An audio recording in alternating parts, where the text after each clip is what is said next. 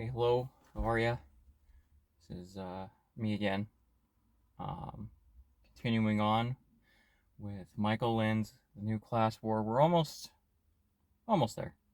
I don't know what part this is. Part 6, 7, something.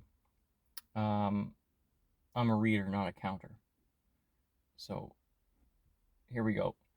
Uh, in short, neoliberal economic strategy itself, because of its bias in favor of business models relying on cheap labor at home and abroad, tends to undermine the domestic productivity growth needed to pay for the massive redistribution that, it is hoped, would align the interests of workers and managerial elites.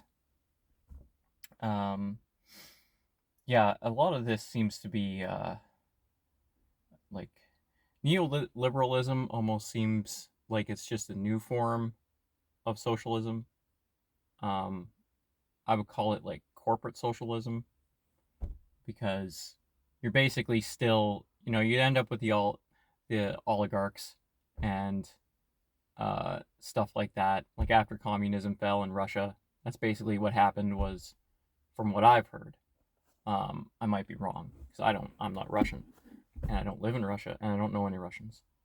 But from what I heard, basically all the communist leaders in government just ended up becoming the new oligarchs because they just everybody, all the nationalized businesses, all the citizens were given shares, and then um, most of them just sold their shares because they couldn't afford to, eat.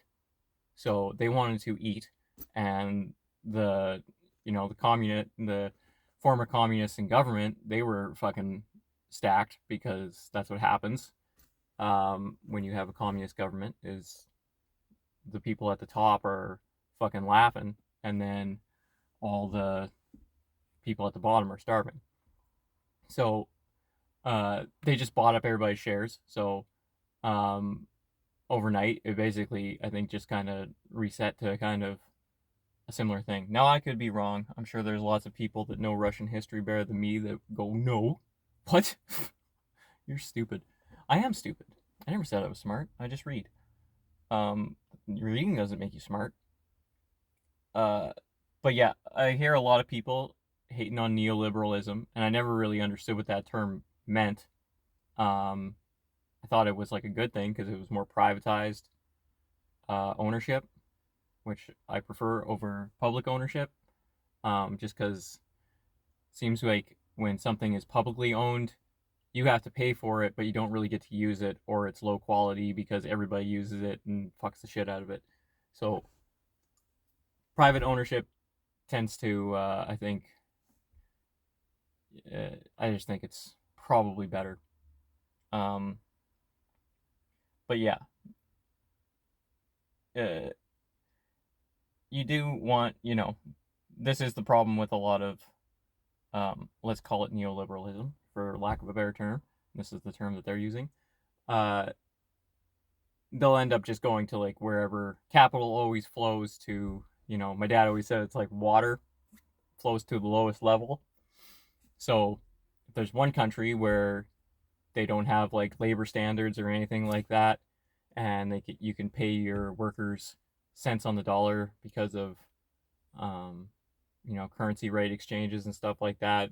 It's in your best interest to go and do that uh, for the good of your profits. Now, I don't know how well you sleep at night, but a lot of these people are monsters, so they probably don't really sleep anyway. Anyway, next one. Marx called religion the opiate of the masses. In redistribution, the managerial elite has found a new opiate. Um, yeah, okay. So they just want to redistribute things, um, which is kind of funny because it's like they're probably going to be the ones that have their money taken because they probably make more. And I guess that's why they think that they're so benevolent. But realistically, you're just keeping other people from being able to produce for themselves, I think. Like redistributionism, anti monopolism cannot work at the national level in today's system of liberalized trade and globalized production. If the Justice Department used antitrust to break up large suppliers in the US, firms that coordinate global supply chains could simply shift those links in production to foreign countries with more lenient competition policies. The result could be accelerated by American deindustrialization, with further massive shifts in employment from the traded sector to the low wage, low productivity domestic service sector. In some cases, foreign state backed national champions might win U.S. domestic market share from American firms that had been broken up by the federal government. Just as the UBI cannot work without stringent and strictly enforced limits on immigration, so a neo-Brandeisian, I don't know who that is, anti-monopoly policy cannot work except in a much more protectionist and autocratic U.S. economy, which could only be created by start that over. Neo-Brandeisian anti-monopoly policy cannot work except in a much more protectionist and autarchic U.S. economy, which could only be created by measures that cosmopolitan, open borders progressives, like their newfound libertarian allies in matters of trade and immigration, would be sure to denounce as xenophobic, racist, and nativist. Yeah, so kind of paint themselves in the corner there, I guess. Because I'm guessing a lot of these managerial elites are progressives. And yeah, you can't really have the system that they want. They can't really have unless you have strict boundaries on immigration and stuff like that, which they're not really into because of open borders. They want open borders, most likely, if you're a progressive. But that will also fuck everything up, because then you're just giving money to everybody, and then everybody can't really, you can't afford it in the long run. Okay. Anti-system populism, the force behind the election of Donald Trump, the Brexit vote in Britain, and the rise of populist parties in continental Europe has been triggered in different nations by different causes.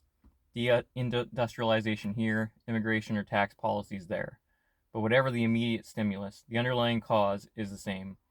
Long smoldering rage by non-college educated workers against damage done to their economic bargaining power, political influence, and cultural dignity during the half-century revolution from above of technocratic neoliberalism. Hey, yeah, I would consider myself in that group, because, you see it with inflation and stuff like that, and all the money borrowing, you know, print money, send it to Ukraine, and then all these politicians with foundations end up all of a sudden getting massive amounts of stuff from foreign governments. So that's fun. So what's next? Next one is, in responding to populist insurgencies, embattled Western establishments can follow two strategies: co-optation, and repression. So I'm guessing co-optation is basically just,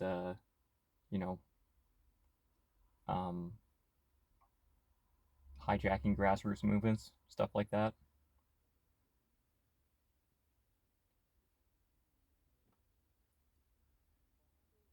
There's people walking around. I don't like seeing them hear me talk. So I'm going to stop for today. I'm sorry about that.